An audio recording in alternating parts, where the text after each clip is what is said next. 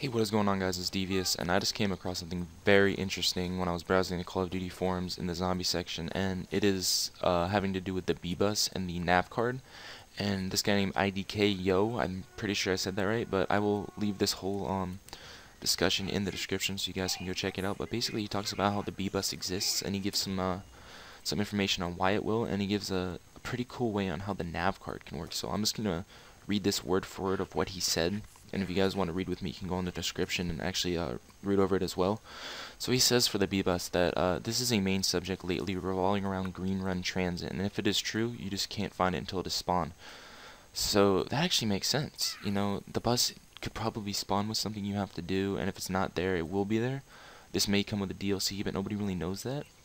The next thing he says is, why do I believe it exists? If you go to the poster in the starting room that says ride the bus, in the picture on top of the bus it reveals the little B on the sign outside the bus depot and cuts off the U and S. So it says ride the B bus. Clever, clever trick. So I really actually haven't gone and checked this out yet, but it does sound really interesting. So if you guys want to go check that out, you can for yourselves. He also says on the route board it has a picture of two buses, as we all know. The front one is A bus and the behind one is B bus.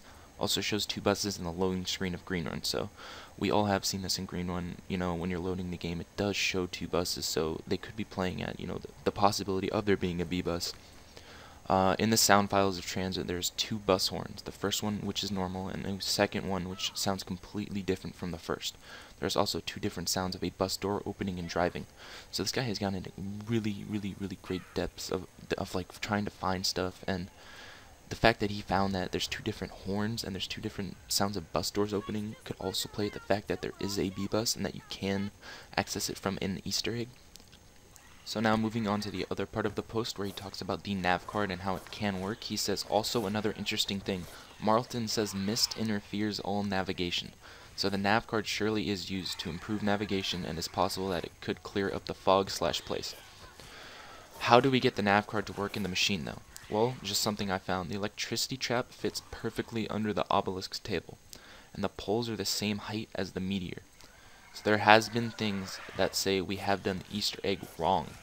So if you guys are reading this or listening to this and you guys want to go try this out, just be my guest and post a video response, because we need to get to the bottom of this. We need to figure this Easter egg out before Die Rise comes out.